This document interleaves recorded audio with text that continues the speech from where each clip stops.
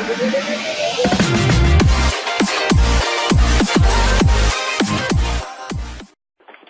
am Saurabh Paliwal from Biocon's Investor Relations team, and I welcome you to today's earnings call for the fourth quarter of fiscal 18. As I already mentioned, the call is being recorded, and a replay of today's discussion will be available for the next few days, 2 hours post the conclusion of this call. The call transcript will be made available on the website of the company in a few days. To discuss the company's business performance and outlook, we have today with us Dr. Qtr4, our Chairperson and Managing Director, and other colleagues from the senior management team. Before we get started, I would like to remind everybody on the safe harbor related to this call. Today's discussion may be forward-looking in nature, based on management's current beliefs and expectations. It must be viewed in conjunction with the risks that our business faces that could cause our future results, performance, or achievements to differ significantly from what is expressed or implied by such forward-looking statements. After the end of this call, if you need any further information or clarifications, please do get in touch with me. Now, I would like to turn the call over to Dr. Qtr4. Over to you, ma'am. Thank you, Saurabh, and good morning, everyone. I welcome you to Biocon's earnings call for the fourth quarter and the full year of fiscal 18, which, as you know, ended on 31st March 2018. It was certainly an exciting year for all of us at the we crossed many important milestones, and I would like to start by sharing with you the key highlights for the year. Our partner Mylan received approval for Ogivri, our partnered biosimilar trastuzumab from the US FDA in December 2017. We became the first company from India to get its biosimilar approved by the US FDA, and our biosimilar trastuzumab also received approval in Brazil through our partner, and subsequently an approval in Turkey was also received. It was the first biosimilar trastuzumab approval in all the mentioned countries, and certainly from a Biocon and its partner point of view, it was certainly a great achievement. Mylan and Biocon also received approvals from the European Commission and Therapeutic Goods Administration, TGA, Australia, for Semglee, which is our biosimilar insulin glargine.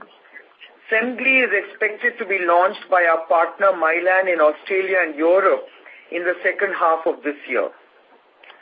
Biocon's partner in South Korea also received approval for the product and is expected to be commercialized later in the year. Biocon and Mylan agreed to accelerate the introduction of biosimilar adalimumab in Europe through Mylan's in-licensing arrangements with Fujifilm Kyowa Kirin Biologics, or FKB.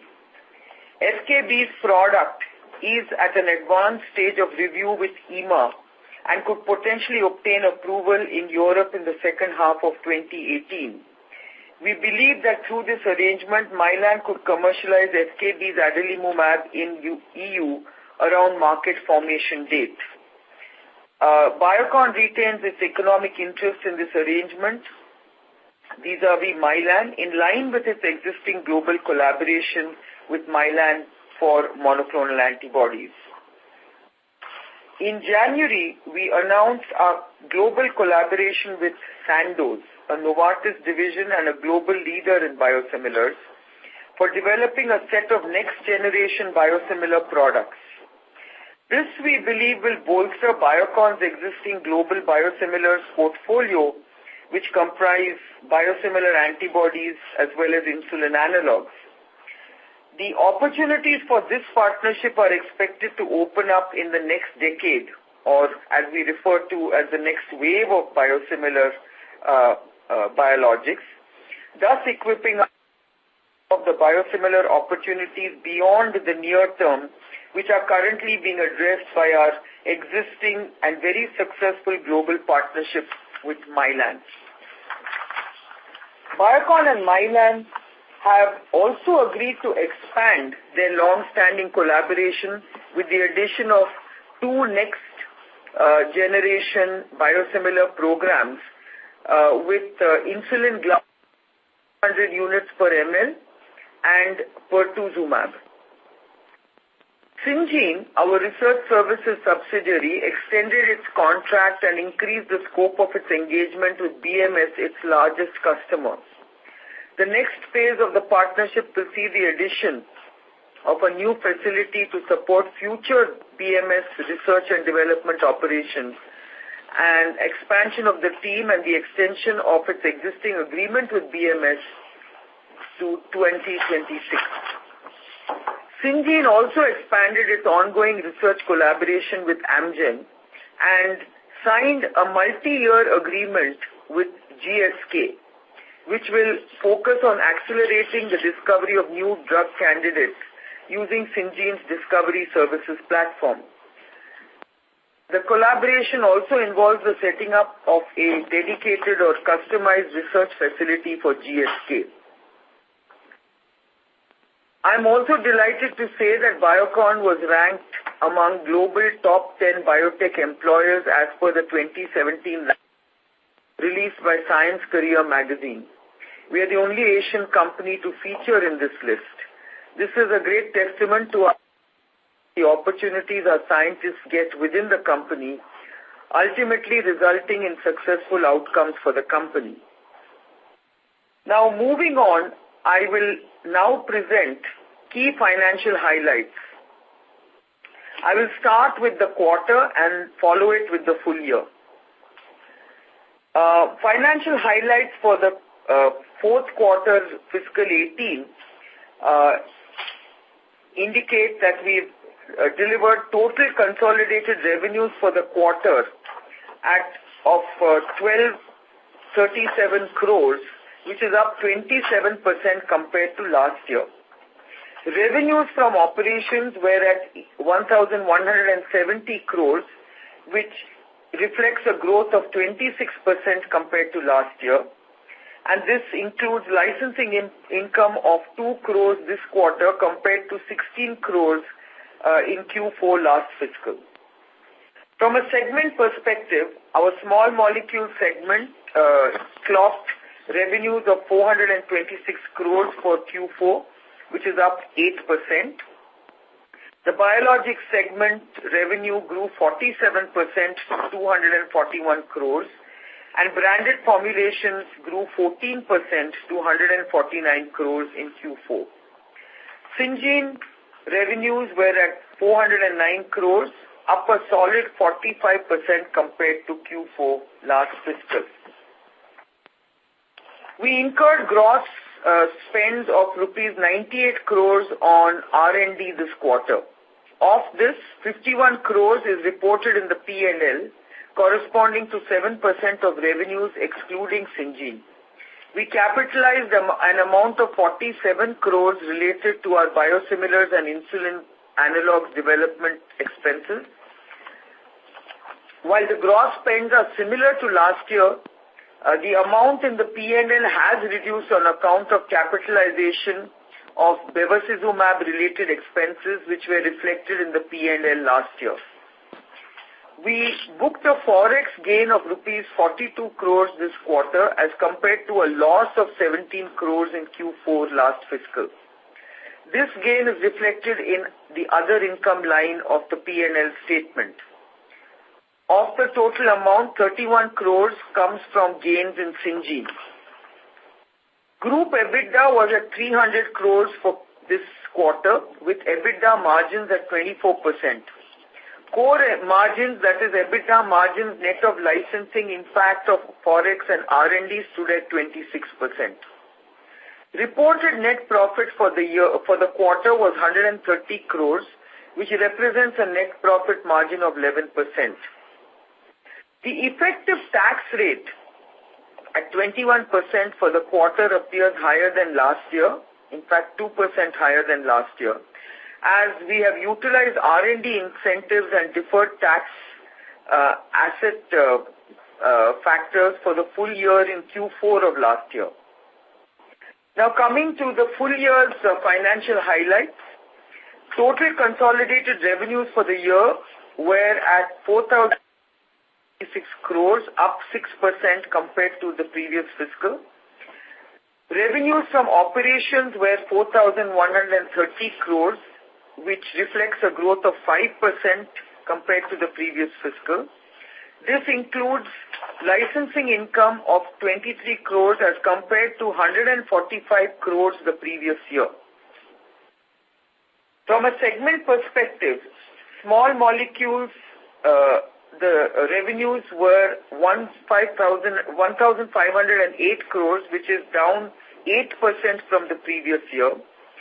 Biologics revenues grew 10% to 770 crores.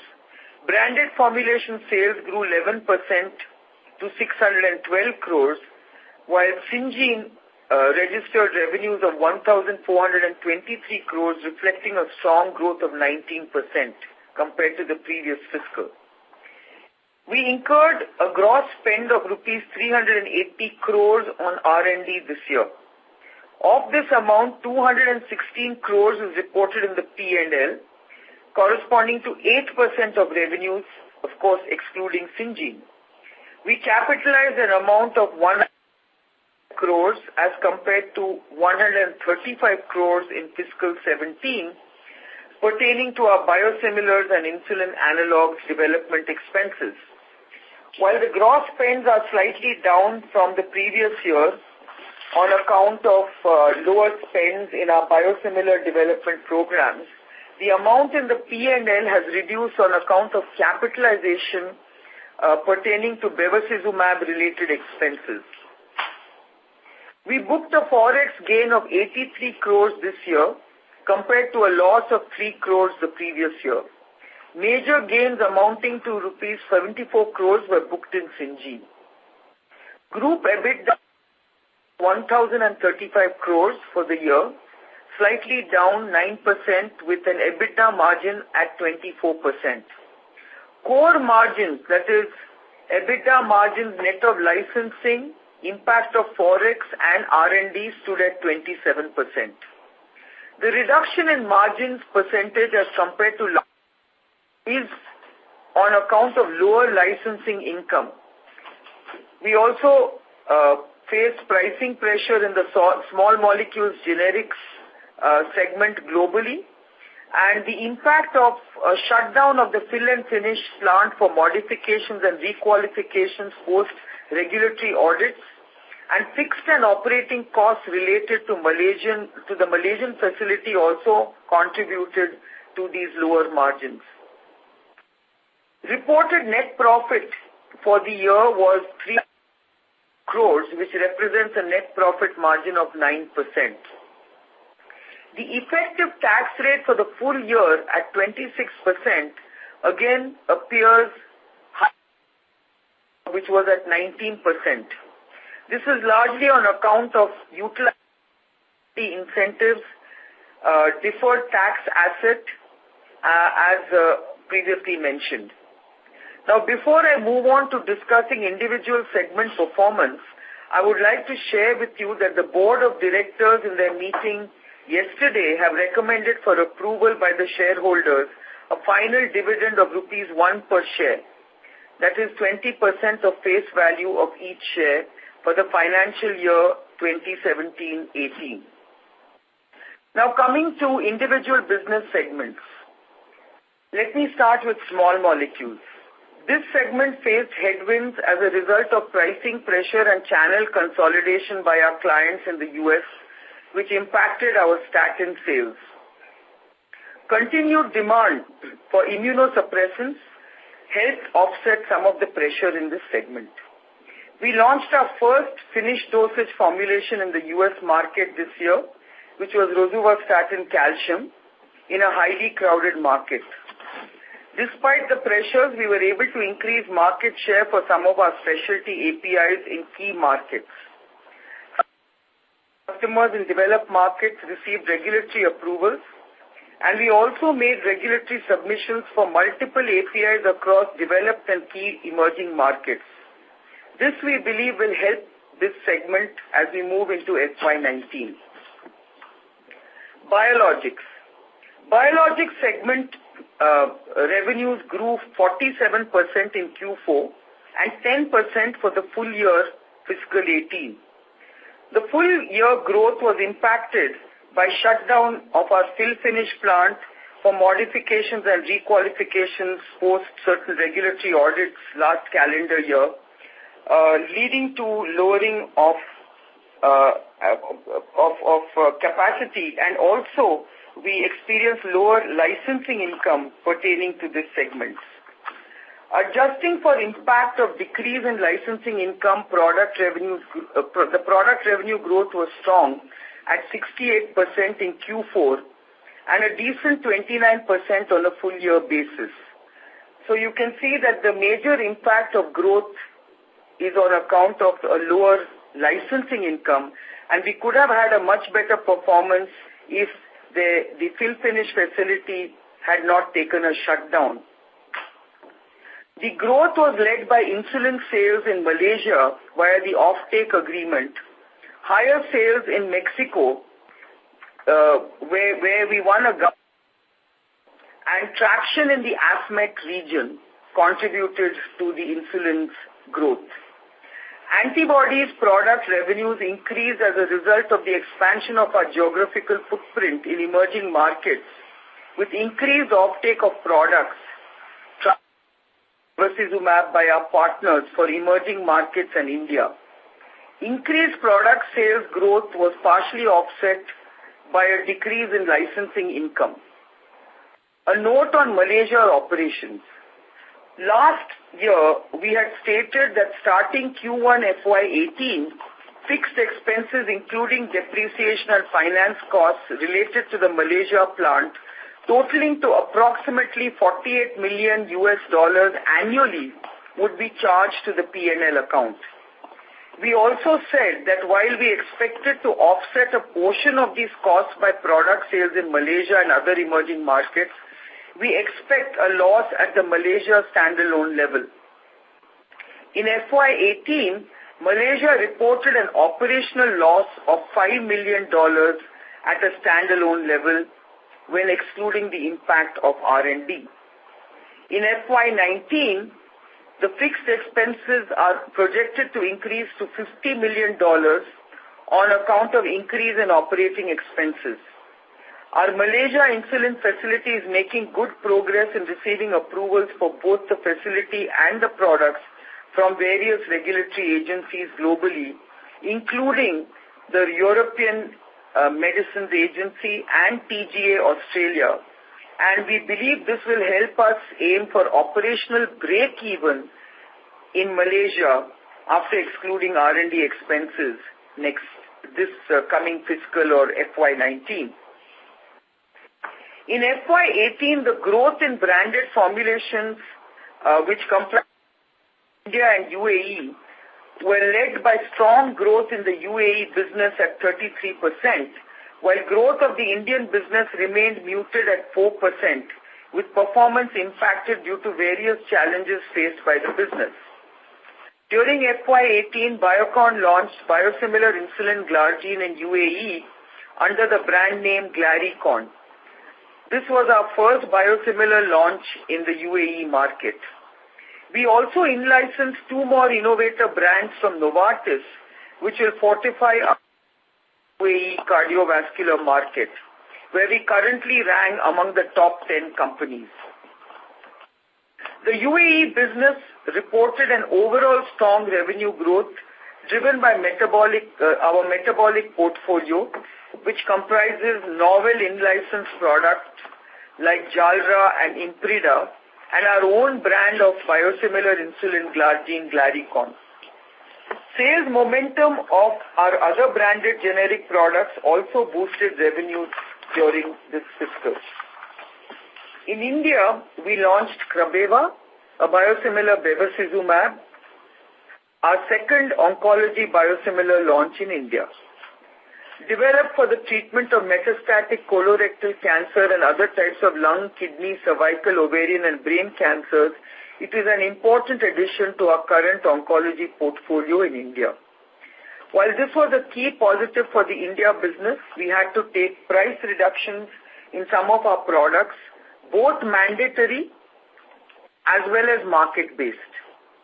And there was a temporary volume shortfall for certain biologic products due to the shutdown of our biologics facility in Q2 and Q3 of FY18. Lack of significant new launches and operational delivery has resulted in continued disappointment. We are closely monitoring our strategic initiatives undertaken to bring it back to normalized growth. Finally, research services. Syngene's revenues recorded a strong growth this year on the back of an overall strong performance across its businesses. While discovery, services and development manufacturing services showed strong momentum, dedicated centers continued to be on a strong footing. Biologic services particularly showed a strong performance during the year. Revenue growth in Q4 was a robust 45% for Syngene, signaling a full recovery from the impact of the fire incident that happened in December 2016. The damaged facility is expected to be fully operational during the first quarter of FY19. Product development updates. The review of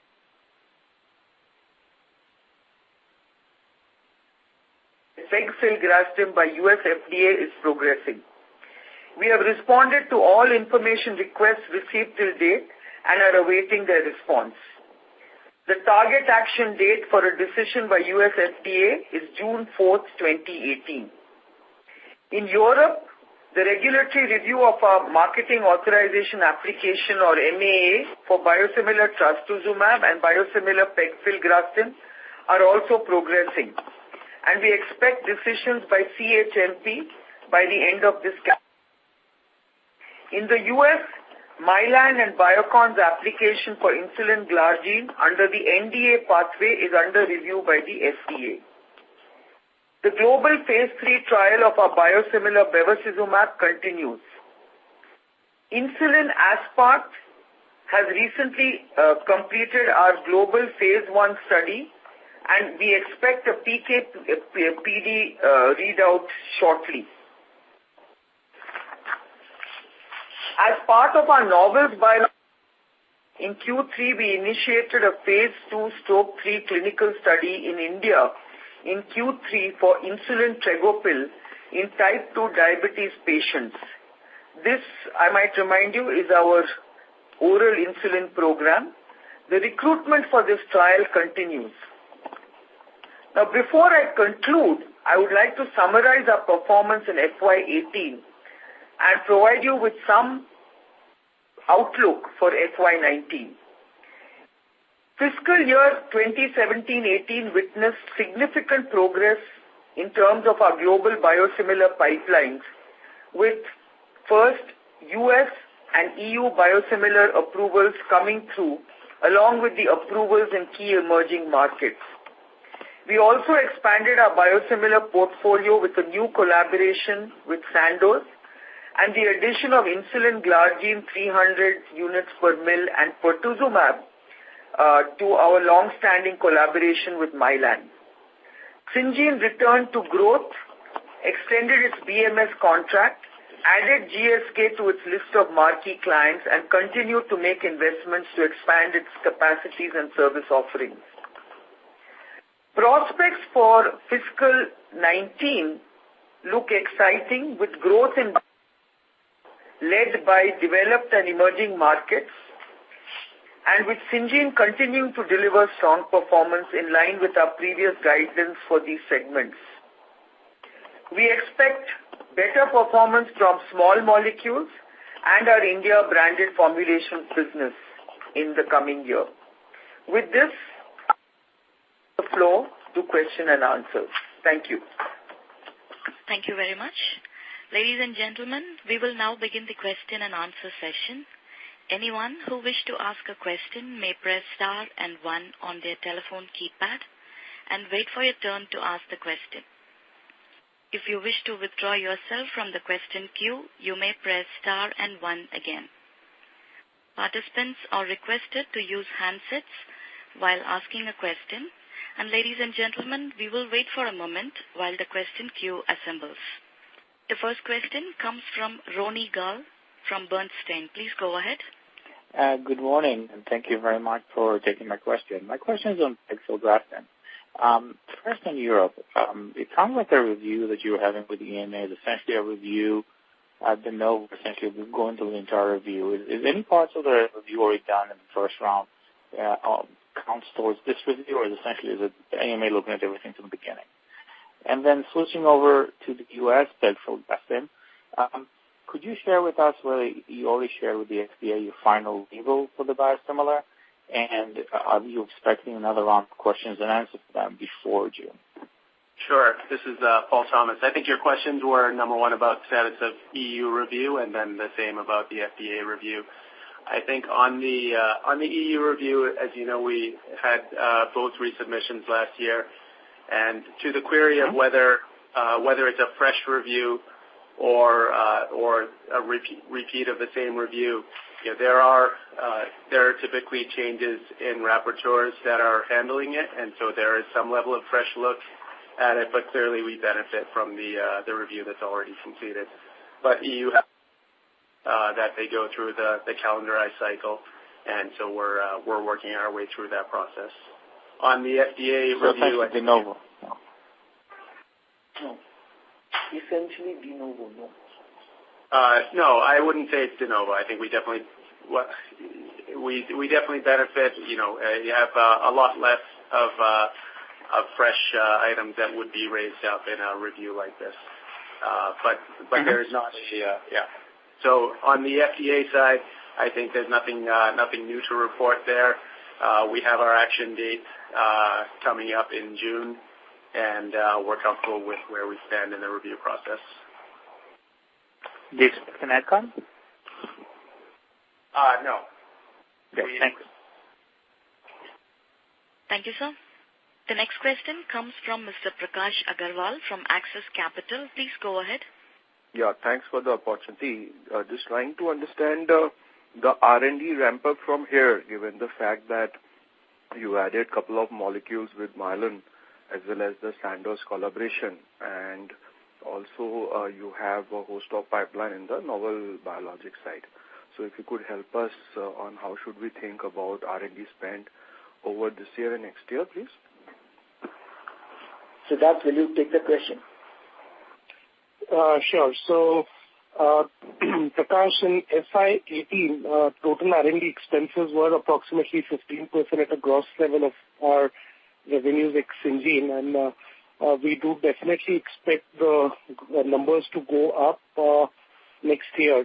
Also, it will be in line as the revenue numbers go up. The percentage, while would look, around the same range of 15 to 16%, but on an absolute basis, we expect next year to be closer to 450 to 500 crores.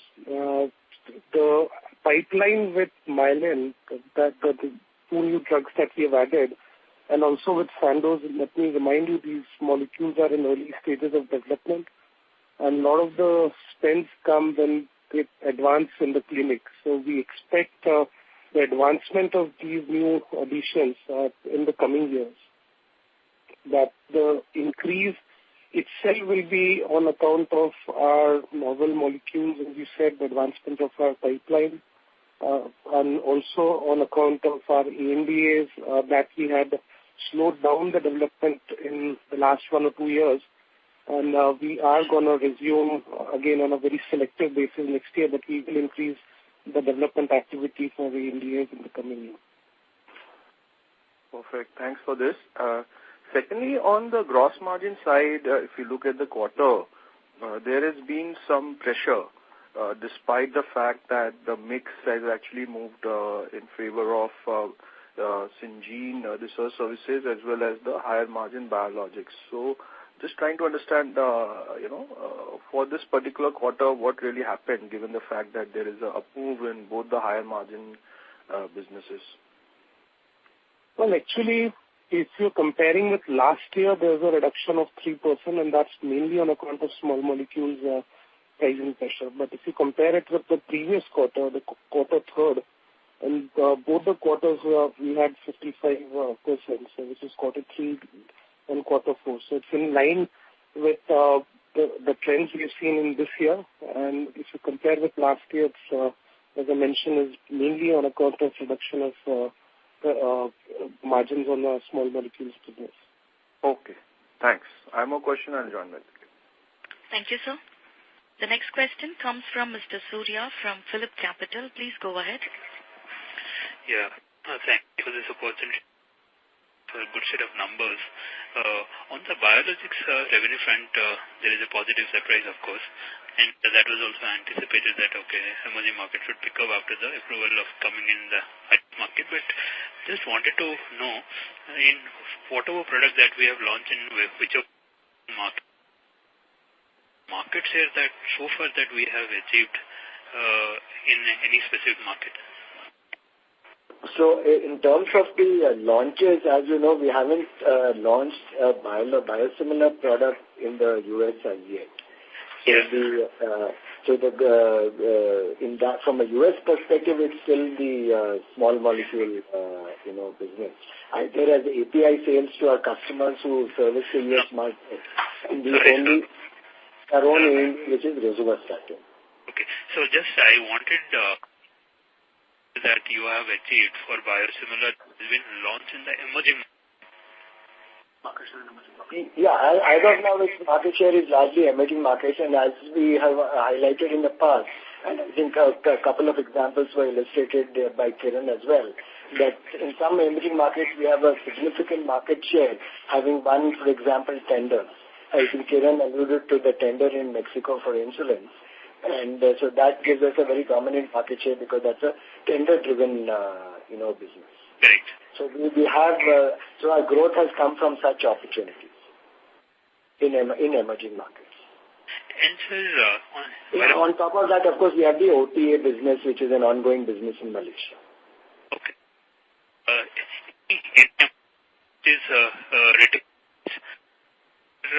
What could we... Your voice is cracking. We are unable to hear you. Oh, is it? Hello? Yes, sir. Surya, go ahead. So, any of the, which is not very... We can't hear you because your voice is breaking. Can you please, get into a proper zone because your signal seems to be weak. Hello? Yeah. So, to have a retail market, We can't hear you. I'm so sorry to interrupt, Mr. Surya. The voice is breaking, sir. I'll come back. Sure, thank you. The next question comes from Mr. Dheeraj Pathak from Goldman Sachs. Please go ahead. Yeah. Opportunity. I just want to clear my post-approval, any IP issues or we are free in EU? Can you just repeat that question? Because I think there seems to be a problem. We are unable to hear. The sentences are breaking up in the middle. So, my question was, I hope I'm audible now. My question now is, it's fine. my text, Jim, just want to clear my understanding that are there any IP issues that will launching or we are just waiting for approval in both EU and US? See, as you know, from a trastuzumab perspective, Mylan and Roche have reached into a global settlement. And as far as Pegfilgrastim in the US is concerned, there is an ongoing, IP, as part of the BPCIA Act, that IP process is underway. Okay. EU for Pegfil? In the EU, we don't have any specific comment to offer on the EU. And second question, sir. Dalimumab KB partnership that to understand that now instead of have 3 players, earlier Biocon profit share. Now, how do you maintain your economic? Have another person will take a share just when you put out. answer that because we couldn't hear the question properly. Adalimumab. Can you answer that? Am I audible? Hello, if I understood the question correctly, you are asking us about the economic participation of Biocon in the deal that Mylan has signed with the FKB for the European rights to adalimumab. If that's the question, then the response is that Biocon's, in relation to Mylan, our current cost share and profit share arrangement with Mylan vis-a-vis the profits that and costs that Mylan incurs continues as per our current global arrangement for MABs. No, my question is that will the profit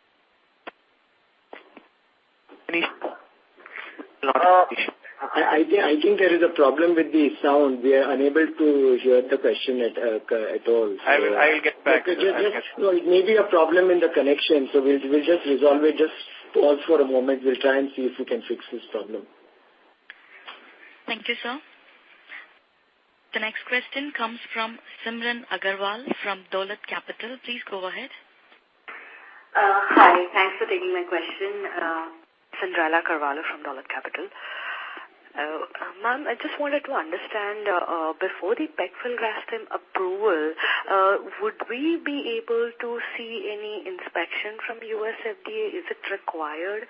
Because some kind of comment similar to this was made on Mylan's last call. So just wanted some understanding on this. Well, as and when an FDA inspection happens and is concluded, as per our policy, we would, of course, make disclosure at the conclusion if there are any observations. So at this point in time, we do not have any comment on an FDA inspection. Oh, okay. And sir, in terms of our EU inspection, which we have been awaiting for the Bangalore plant, any update on that? Yeah, so again over there, we've been inspected by the EMA, but we're now waiting for the EMA to give us the report. The EMA, unlike the FDA, does not issue a report on the conclusion, immediately on conclusion. So we would be able to make an appropriate comment once we actually receive a report from the EMA. So when was this inspection done, sir? Last month or a month before that? Yeah, it was done, I think, last month. And sir, just some understanding on the branded India business. If you could help us understand, the growth rate has come fairly low. What are the current challenges, and what is the way, or how are we tackling them, and what is the way ahead for this business, typically for the Indian market? Yeah, hi. Thank you for the question. This is Suresh Subramanian, Head of Branded Formulations India. This last year's performance was impacted by, as Kiran was saying, shortfall of biologics because of the upgradation and requalification of the plant. We also had the impact of GST, and we had some unfavorable pricing which we had to take to face competition. So these are some of the main reasons, and we also had some operational issues leading from attrition, which impacted execution. So the next year hope we will not have these shortage issues, and the impact of GST is behind us. In order to tackle pricing issues, we have installed a key account team which focuses on business and on key accounts, and therefore to be able to guard the business more closely. And also we have installed some performance management measures, and close review and coaching methodologies which will enable prevention of attrition and improve execution.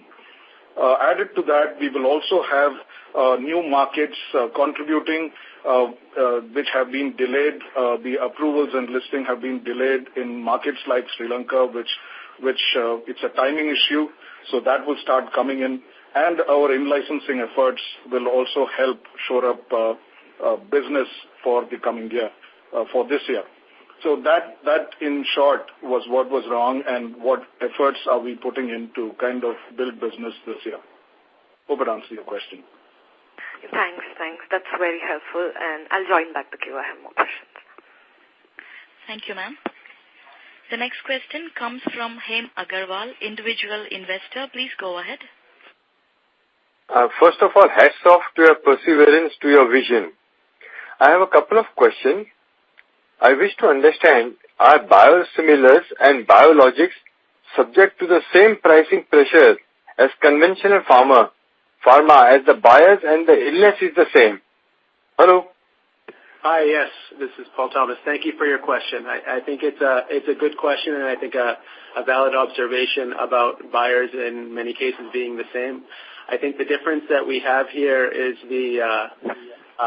on the competition side, the number of players involved in the market is quite different. Due to the, as you've recognized, the long journey and investments required in order to develop one of these products, the number of competitors tends to be much lower than in those markets, and so we see a different dynamic and a much more gradual competitive price dynamic. I see, but the illness continues to be the same, and the buyers are still the same people. So when you're treating, say, diabetes, why would somebody pay more for a biosimilar biologic compared to a conventional? That is my confusion. I think, we need to explain to you that even in the general market, what you refer to as generics or small molecules are a very different drug class compared to biologics or what we call as protein therapeutics. These are very different category of drugs, very different class of drugs.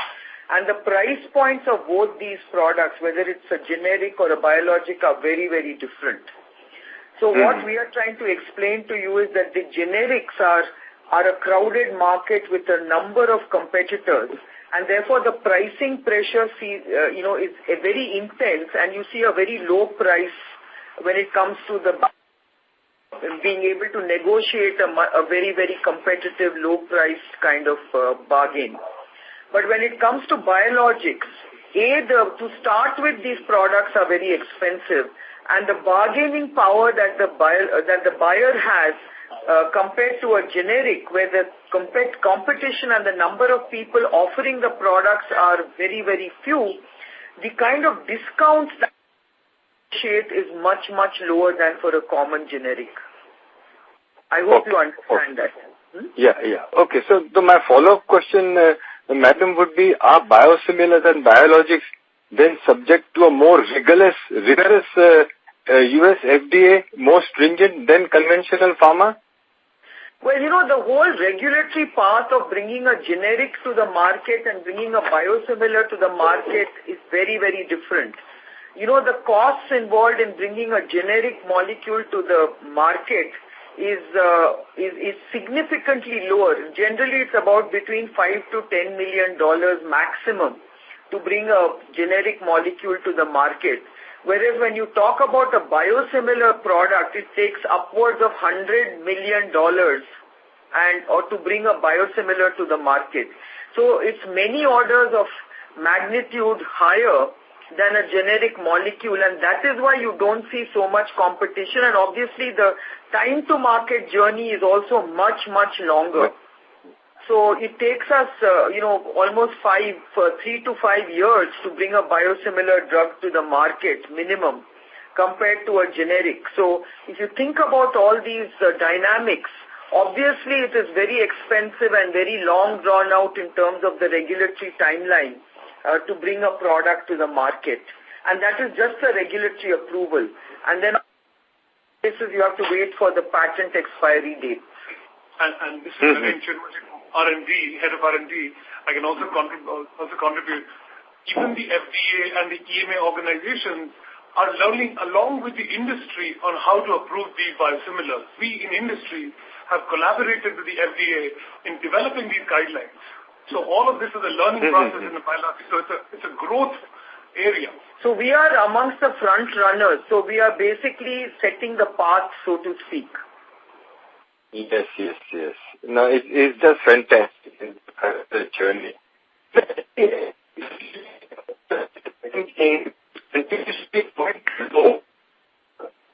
Yeah, okay. I can't hear the last bit, but I appreciate your comments about it being a very big effort.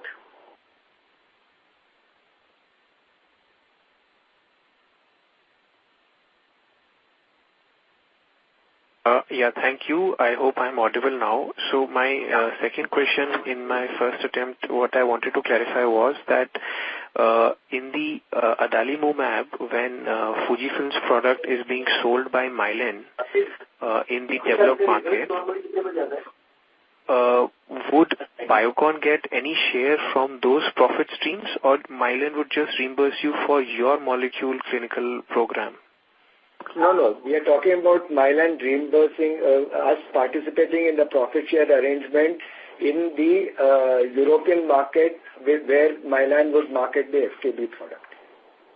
So how do you retain your economic interest? Because earlier there were 2 people to share the profit pool. Now there are 3 people. So what do you mean when you say you keep your economic interest? Whatever economics Mylan has, we participate in Mylan's share of that economics.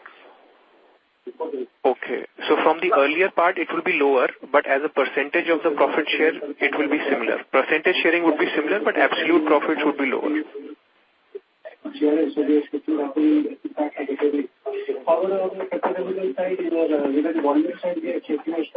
There are too many voices coming through. Can you? Yeah, it is actually with the operator, I think. The way they are linking the call, I think there is some issue from their side. Okay. Anyway, we get your message. We've got your question. I think it's been answered, right? So we participate in, as I said, whatever costs and profits that Mylan has as part of this deal, we get our share of, we participate in our share of that as per our global arrangement. Yes, Mylan would have an economic and FKB also would be getting its share. So to that extent, it would be a 3-way. Okay, got it. Thank you. Thank you, sir. The next question comes from Samir Baisiwala from Morgan Stanley. Please go ahead. Thank you. I could drop for time, so you may have discussed this, but asking nonetheless. So on your comment on Malaysian facility, you mentioned that you made a $5 million operational loss and in fiscal 18 and fiscal 19 your expenses go from 48 to I think $50 million, and this year do you expect to break even? So does that mean there's just going to be a delta of $7 million? Siddharth? Well, that's right, Samir. So at operational level, the P&L would have a delta of $7 million. Okay. Let me also remind you that there are various moving parts, so you cannot necessarily correlate the delta with the top line growth that we have, because it's as I mentioned in the previous call, that we also have cost sharing with our partners on the idle time and the facility costs, and we also use the facility for a lot of development activities for our follow-on molecules. So you'll not be able to exactly correlate what that means in terms of the revenue growth. And that's fine. I'm not trying to come to the revenue growth number, Siddharth. The point here is that considering that you are going to launch in Europe and you've got a few of these key emerging market approvals, this delta seems to be way too low. I mean, that was the whole point. That's precisely the point I was trying to make, that, we have, what Kiran had mentioned in our opening comment is that we are on course to meeting our guidance for biosimilars, which is at 200 million for next year.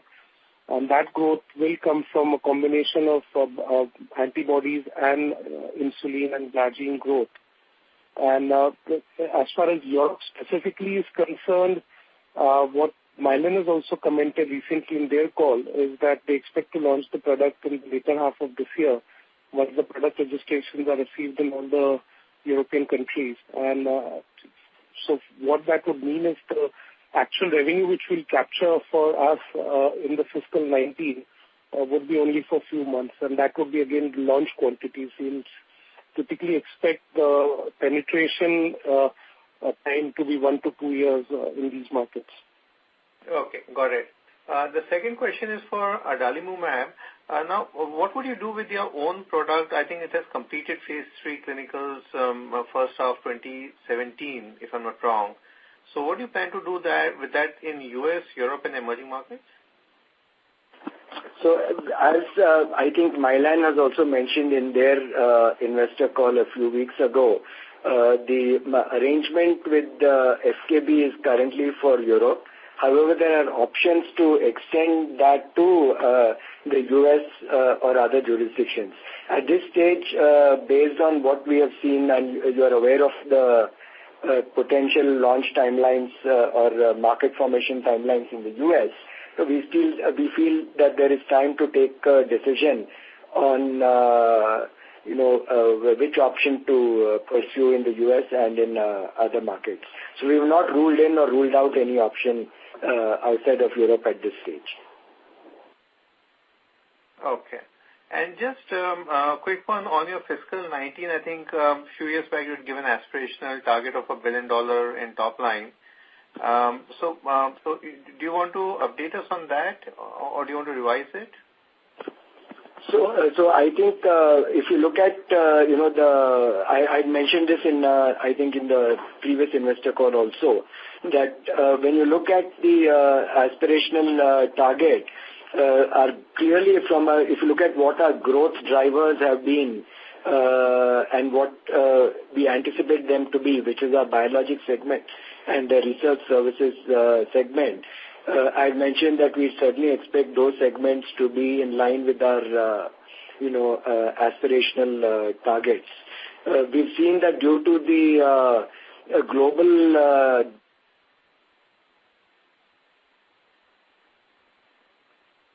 of the U.S. landscape for small molecule generics, we do see the similar challenges that all other pharma companies in that sector are facing. And at this point in time, we can continue to expect in the near term the sort of single-digit revenue growth on the small molecules business that we've seen in the recent past, until we are able to fully sort of capitalize our current investments in small molecules, which is basically about growing our ANDA footprint and moving away from purely a dependence on third-party API sales to being vertically integrated. So that is a work in progress, and we are, as we mentioned, we continue to file sort of low single-digit number ANDAs very selectively. And in line with what I guess the generic pharma sector has been articulating, we too, of course, with our differentiated product portfolio, which will pan out as many of these ANDA opportunities become commercial, try and play that game of differentiated generics, complex generics, fermentation-based generics, and things like that, which sort of are in line with our capabilities. So that's one trend. In branded formulations, clearly there are two pieces to the branded formulations. One is the ex-India piece, which is growing at a very healthy clip and benefits from the currency movements. In India, of course, when we gave our original guidance way back in early 2013, the rupee was at 50 rupees. And the India business, unfortunately, has not benefited from that. On top of that, we've had some challenges. So at this point in time, we continue to see the branded formulations piece growing more in the mid-teens. Okay. Any update on your Copaxone? I did that we originally stated that we should be in the position to submit our responses this quarter. My sense, I don't want to give a fresh guidance, but there might be some delay in our resubmission. Okay, great. Thank you very much. Yeah. Thank you, sir. The next question comes from Ritika Jalan from Nandolia Securities. Please go ahead. Hello. Good morning.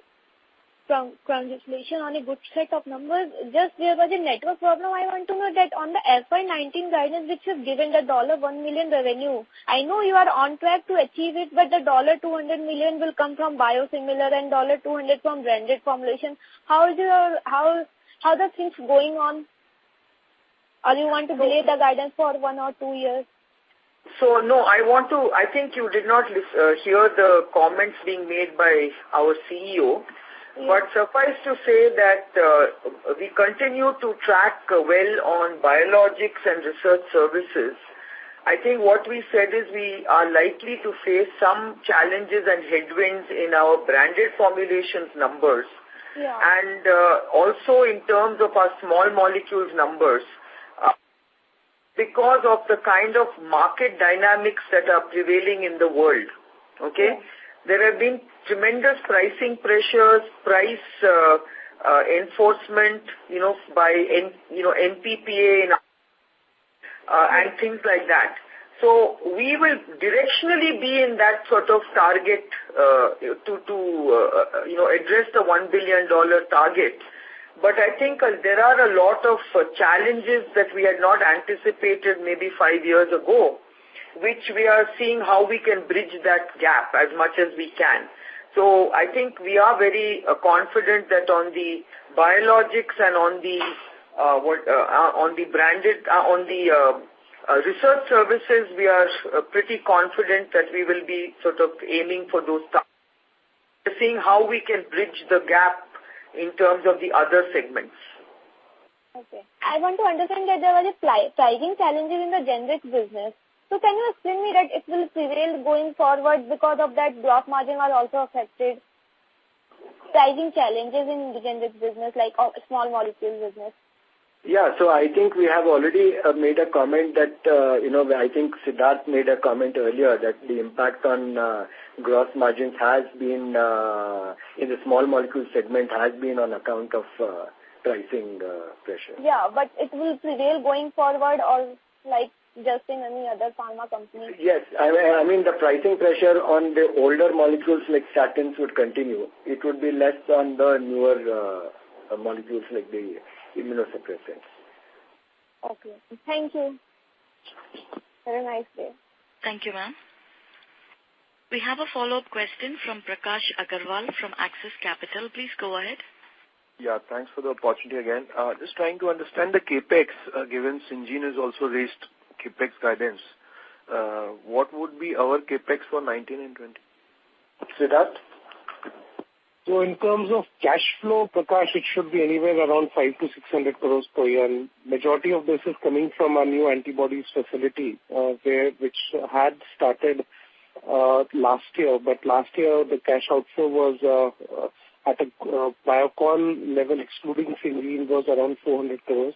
A small component of that new facility was in last year, and we'll see majority of that in the coming 2 years. Now, the numbers I'm giving is at gross level. As we had previously indicated that Partha Mining will also be contributing on that facility, so the numbers will get reduced. But again, if you look at the combined capex for next 2 years at a Biocon level, excluding Syngene, you should expect around 1,000 crores. Sorry, can you repeat the last line? Biocon, excluding? Excluding Syngene should be 1,000 crores for over a period of 2 years. Okay, understood. Fair enough. And on Biocon Malaysia plant phase 2, that is not built in here, right? Next 2 years. No, that's not factored in these numbers. Okay, understood. And secondly, there's a comment on increasing ANDA submissions. So what are our total ANDA submissions pending approval, and do we expect approval starting fiscal 19? So we have, filed 2 ANDAs in FY18, and our plan is to file more in FY19. And this is, I think, in line with our guidance on also R&D, where, the R&D ramp up on small molecules is also likely to be seen going forward, largely because of our, focus on submitting some of these India, some of which would be, as I said, not just regular. Some of them would be difficult to meet products. Okay, fair enough. And any color on the tax rates? We earlier talked about around 25%. Well, we would broadly be in, around those percentages, but the absolute number would go up slightly. So the reason is that, as you can imagine that we have now multiple legal entities where we have different business units, and some of these units, like to give an example, Biocon Ltd is our entity where we have our entire India business, and that business is still in early investment stage. So whatever expenses are there are not tax deductible. So because of that, at a group level, you might see a little bit of increase in the effective tax rate, while the overall tax rate will, the tax amount would go up slightly. Okay. Thanks and all the best. Thank you, sir. The next question comes from Sudhakar Prabhu from Netisoft Investments. Please go ahead. Good morning. I have two questions. So my first question is on your licensing revenue. What kind of opportunity do you see next year, FY19 and FY20? So in terms of, historically a lot of our licensing income has been related to local partnering of our biosimilar assets. And clearly, if you look at the biosimilar asset opportunities, our focus to date had been largely on the trastuzumab. We still have opportunities with the other, biosimilar programs to do partnering. I'm not referring to the ones which are in early stage, but the ones which are in late stage, development. So those opportunities continue to, exist. Right. And my second question is on your overall margin. So this year, we saw a fall in your core margin, core EBITDA margin. So how should we look at in next year, FY19? To that? Yeah, I think you should expect margins for next year to be at similar levels, the core margins. So around 27%. That's right. I mean, though it can't be exact 27%, but it would be, around that. Yeah, on similar levels. And Siddharth, my last question is on the interest cost and other expenses. So all the interest cost and everything has hit the P&L, or is there something still being capitalized in the balance sheet? The majority of the interest cost is on our debt in Malaysia. So we have a debt of almost $180 million, and the interest cost on that net of the subsidies we receive from the government of Malaysia is in the P&L. Now, apart from that, we have smaller debt facilities for our other plants, and again, bulk of that is in the P&L, and a very, very small component is capitalized along with the plant cost. Okay.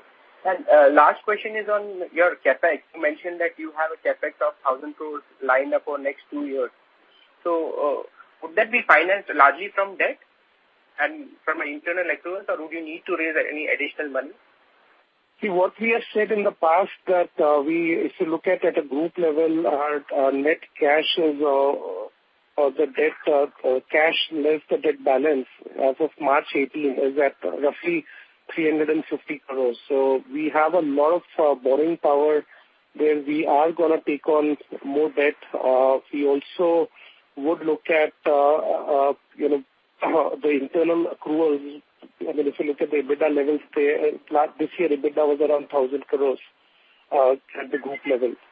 So internal accruals and debt definitely would be there. And at some point in time, we have also mentioned that we are open to divesting a small stake in Syngene if to raise additional funds if we don't want to take on too much debt on our balance sheet.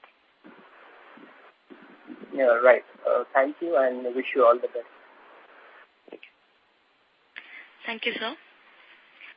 We have a follow-up question from Samir Baisiwala from Morgan Stanley. Please go ahead. Hi, a couple more. So, sir, just to confirm, did you say that your gross R&D spend for fiscal 19 will be 450 to 500 crores? What I mentioned is it will be 15 to 16% of our top line. And this year the gross spend was 400, but definitely it will inch up. I would See, it'll be very difficult to give an absolute number, but 450 to 500 levels will definitely be, we will reach those levels, because in the last 2 years we had guided that our gross spends would be 450 to 500 crores, but though it was lower because, as I had mentioned earlier, that there was a reduction in our spends for our ANDA business, but in the coming year we would expect to see an uptick. Okay.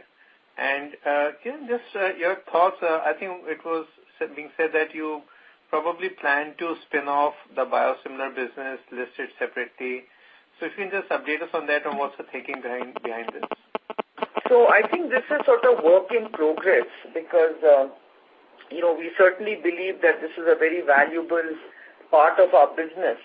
And you also know that this is a business that requires a huge amount of investment to basically grow the pipeline and develop the pipeline and take it to the market.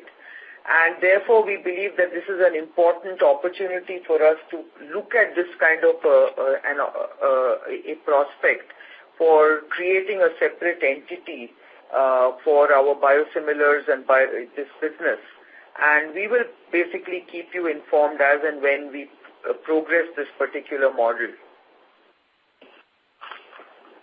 Okay, great. Thank you, sir. Thank you, sir. The next question comes from Harith Ahmed from Spark Capital. Please go ahead. Hi, good morning, everyone. On the capitalized part of R&D, which was close to 180 crores in FY18 and 50 crores for the quarter. So are there any other assets apart from Glargine and Trastuzumab, the spending for which is getting capitalized? Because both Glargine and Trastuzumab have been filed and the R&D spending on those assets are likely to have come off, but the capitalized R&D remains 50 crores a quarter. So that's the reason for the question. Harith, Kiran had mentioned in our opening comments that this year we capitalize expenses relating to bevacizumab. So that while you're right that the filing for Trastuzumab and Glargine is over, though not necessarily the expenses are over. We still have some expenses coming for these two molecules, but bulk of the capitalization is now for bevacizumab, where we are in the global phase 3 for bevacizumab. Okay, and is there a decision yet on the R&D spending that you'll be having for Toujeo and Perjeta? Will you be able to capitalize those? Given the Toujeo? No, you need to understand our capitalization policy. We only capitalize molecules wherein we have got an approval for that particular molecule in one of the markets, thereby establishing scientific proof of concept and also the technical and the commercial feasibility. So we obviously at this stage are developing many more molecules. Just apart from the 3 molecules that we are capitalizing, and all the expenses for these molecules are being expensed off in the P&L. So for Toujeo and Perjeta, all the initial expenses till the time we receive our first approval would be in the P&L, and only the subsequent development expenses, if any, will be in the balance sheet. Okay, thanks. And is there an update on the new biologics facility that you're planning in Bangalore? The timelines and have you started the work there? Yeah, I just mentioned sometime back that the construction started last year.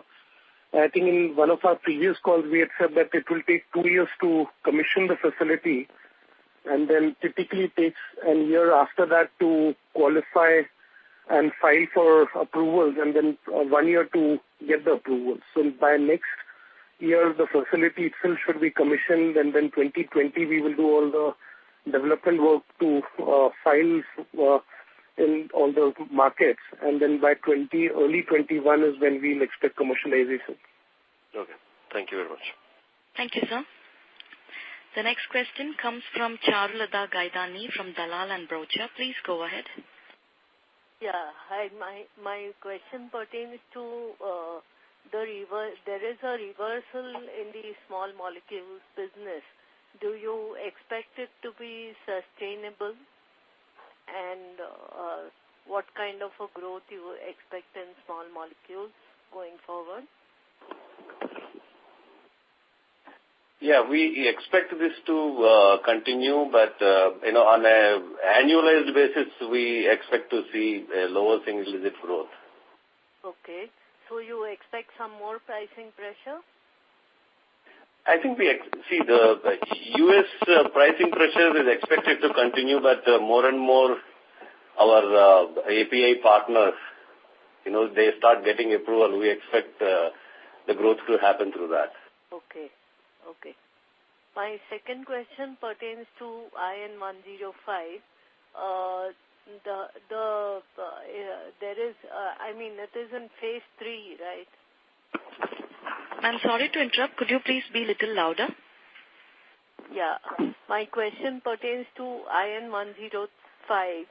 The trial is being conducted in India. It is in phase 3. And there was positive data that was there. That was when it was last with BMS. Yeah. So the program right now is in phase 3. We've initiated the studies.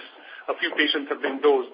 The dosing will continue for the next couple of years, and we will look at the data on an interim basis sometime next year. So it's all in discussion with the DCGI office, and as and when we get new data, we will report that. We are very enthusiastic about this program. And just like any other development program, this is a blinded study, so we won't know what the results are till the study reaches its endpoints. Okay.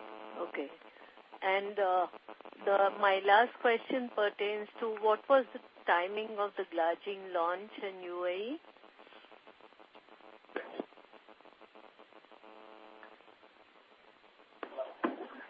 I think it was sometime last year. I think it was in the middle of last year. Okay. Okay. Fine. Thank you. Thank you, ma'am. The next question comes from Mr. Sumit Modi from Aditya Investments. Please go ahead. Hello. Thanks for the opportunity. I actually wanted to understand what are the challenges or milestones on a way to launch Trastru in U.S. market, because where I'm coming from is Trastru will go off patent only in June 19. So in U.S. So how are we? Can you give a color on the timeline for the launch in U.S. and before June 19? Can there be a launch in EU? So from, when you say what are the challenges between now and then, as you know that from an approvability standpoint, the product is approved in the U.S. We received our approval on the 1st of December. Correct. More on the milestone. Yeah, no, so when you say milestone between now, it is the launches in Europe and the launches in US are linked clearly to the dates that Mylan has agreed with Roche in terms of their patent settlement. I cannot comment on that because that is a confidential document between Mylan and Roche. And we would not be able to make any comments on the exact launch timing. But suffice it to say that settlement will govern the launch timing in the U.S. That settlement also applies to Europe. So it's a global settlement. So even in Europe, the settlement will decide on the commercial launch timings. In addition, of course, in Europe, we are awaiting approvals. As we mentioned, we resubmitted our file with EMA, and we hope that we receive approvals by the end of this year. That said, can we fairly assume that the launch of Trastru won't be before June 2019? No, I cannot make any comment on that because, as I said, that launch dates are governed by the IP settlement, and that is it's confidential, and we would not be able to comment on exact launch dates. Okay, and also on Pegfil, if at all we get an approval with respect to the target action date in June, what is the timeline do you expect for the launch in the developed market? Just a color or flavor on it? Yeah, I think Mylan has guided that if we get approval in June, then they would target to launch in the second half of this fiscal. Okay, so this would be faster than Trust2. Well, I won't compare the two. I will just say that PEGFIL will be launched in the second half. I'm not making any comment on the Trust2 launch date because that I said is governed by the IP settlement. Okay, thank you very much. All the best. Thank you, sir. The next question comes from Simran Agarwal from Dolat Capital. Please go ahead. Hi, again, it's Cinderella Carvalho, Dollars Capital. Thanks for taking my question. Just a follow-up, ma'am. This question is to you, asking in terms of how would we look at our FY20, considering a lot will be, coming in the FY20, and there will be at least almost the 3 biosimilars which we would be seeing in EU as well as in US. Hopefully. So how should we look at the FY20 and the way ahead? So if you can just sort of for a moment look at what you have just asked me to comment on. Obviously, with increasing performance of our biosimilars portfolio in the marketplace, obviously we expect a better contribution from biologics. So the percentage contribution of biologics in our overall business is definitely going to trend upwards, and therefore the piece of the pie occupied by biosimilars will increase. And being a high-value business and a high-margin business, obviously our margins also should improve significantly once it starts becoming a significant part of our business. And ma'am, any color that you can help us in terms of the margin profile, in terms of not only just the margin profile but the entire business wherein the biosimilars will become a significant portion if everything falls in place as per the expectations. So how then we should be able to look at it? I think we have already sort of given you some indication that when we sort of assume, when we reach sort of peak sales of these biosimilars in the sort of 20, this F1, 21, 22 timeline, we are expecting $1 billion of, contribution from biosimilars in that kind of peak sale times to our business. And so, right now we can't really guide as such. I mean, 20 and 21 and all we cannot guide.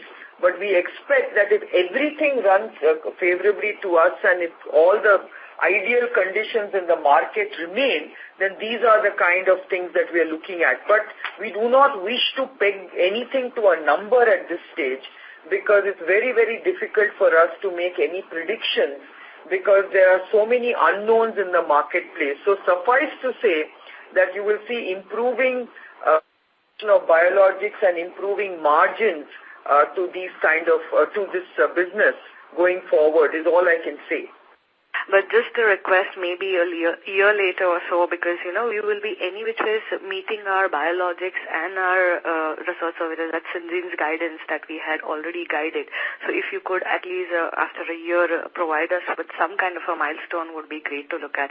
And just wanted to pick your thought on the kind of capacity ready. You feel that we are capacity ready in terms of all these growth engines because our MAP facility would be coming in by most expected by 21. So should we be ready for all these levers to play on?